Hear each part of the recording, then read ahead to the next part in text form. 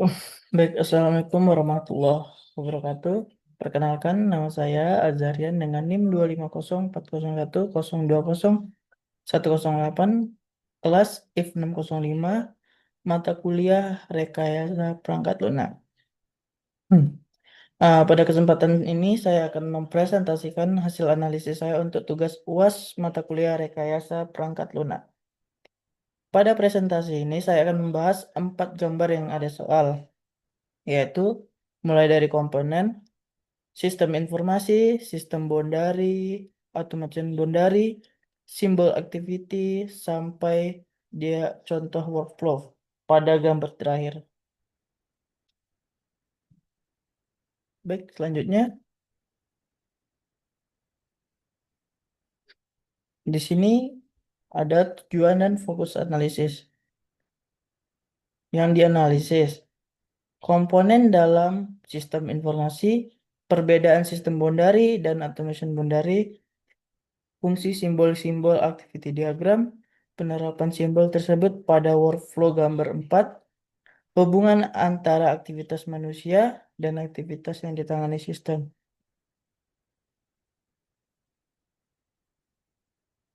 Lanjut, di sini kita pahami terlebih dahulu, yaitu dari gambar 1, ada itu sistem informasi terdiri dari beberapa komponen. Lanjut, yang ada di gambar 2, sistem punya batas. Sebagian aktivitas dapat diotomatisasi.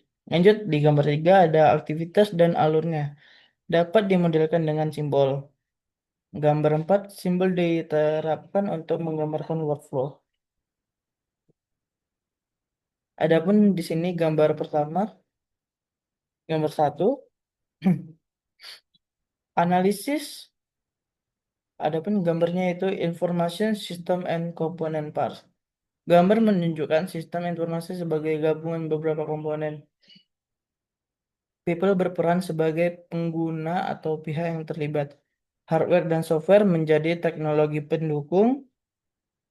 Data menjadi bahan yang diproses, sedangkan prosedur mengatur langkah kerja. Input diproses sehingga menghasilkan output yang berguna. Kesimpulannya, jadi sistem informasi bukan hanya software. Lanjut, dari gambar 1 kita lihat bagaimana komponen saling berhubungan. Input, data atau permintaan masuk. Lanjut ada proses, people, teknologi, lanjut prosedur. Untuk outputnya informasi atau hasil untuk pengguna. Adapun contoh sederhana seperti ini, customer memberikan keluhan, lanjut petugas memproses dengan aplikasi dan data, customer menerima jawaban atau penyelesaian. Lanjut, adapun gambar kedua, sistem bondari versus automation bondari. Adapun di sini contoh gambarnya, perbedaannya, sistem bondari menentukan mana yang termasuk sistem dan mana yang berada di environment. Lanjut, ada automation bondari, menunjukkan bagian sistem yang dikerjakan atau dibantu komputer. Intinya, automation bondari berada pada bagian tertentu dari sistem bondari. Lanjut, mengapa dua bondari ini penting? Contoh sederhana, sistem pelayanan pelanggan, aktivitas manusia, menerima atau menangani permintaan pelanggan. Aktivitas sistem, menyimpan data, mengelola data, atau menghitung. Keduanya masih bisa menjadi bagian dari satu sistem yang sama. Makna untuk pengembangan software. Ruang lingkup ya sistem perlu ditentukan lebih dahulu. Tidak semua pekerjaan harus dibuat otomatis. Otomatisasi dipilih pada bagian yang memang membutuhkan dukungan sistem. Lanjut. Di sini ada contoh gambar activity diagram simbol. Lanjut, di sini ada synchronization and swim lane. Synchronization dapat memecah atau menggabungkan alur. Adapun swim lane menunjukkan pihak yang bertanggung jawab. Keduanya membantu membaca workflow yang lebih kompleks. Gambar 4, gambar terakhir. aktor dan pembagian tanggung jawab, yaitu activity diagram dan model workflow. Ini yang dibilang terakhir tadi. Adapun streamline yang terlihat ada customer di sini meminta dan meninjau question. Lanjut ada sales person untuk mencatat kebutuhan. Adapun technical expert memeriksa requirement jika diperlukan. Yang terakhir ada sistem menghitung kuat kuat quotation. Streamline membuat pembagian tugas lebih jelas.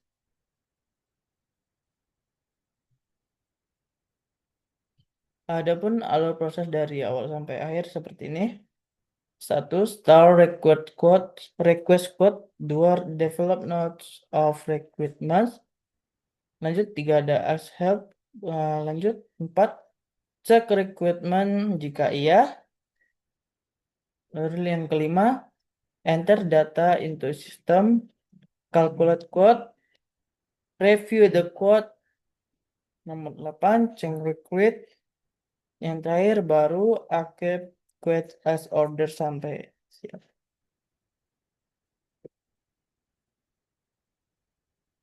Decision dan law pada workflow. Satu, ask help. Jika iya, teknikal expert ikut memeriksa rekrutmen. Jika tidak, proses dapat langsung menuju input data ke sistem. Decision ini menunjukkan adanya dua kemungkinan alur. Dua, change or request. Jika iya, proses kembali untuk melakukan perubahan. Jika tidak, customer menerima question sebagai order. Perulangan ini disebut sebagai loop atau workflow. Dia ada di perulangan. Untuk gambar 2 dan gambar 4. Gambar 2 membedakan bagian sistem yang manual dan yang diotomatisasi. Sistem bondary, automation bondary, manual part versus automated part. Adapun di gambar 4 memperlihatkan penerapannya dalam workflow. Aktivitas oleh customer atau salesperson expert. Calculate quote oleh sistem, hubungan manusia antara sistem.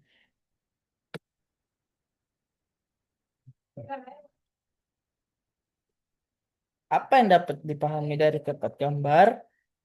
Dari pertama yaitu sistem, gambar pertama ada sistem, ada komponen yang saling bekerja sama. Lanjut ada yang kedua tuh batas tadi, bondaris ya. Ruang lingkup sistem perlu ditentukan. Lanjut ada model. Proses dapat digambarkan dengan activity diagram. Untuk gambar terakhir workflow, ada alur, keputusan, aktor, dan otomatisasi dapat terlihat. Menurut saya, kekuatan untuk dia utama diagram adalah membuat proses yang kompleks menjadi lebih mudah dipahami sebelum sistem dikembangkan. Untuk kesimpulan utama, sini ada analisis RPL perlu melihat proses, pihak yang terlibat, ruang lingkup sistem, dan bagian yang akan dibantu oleh software.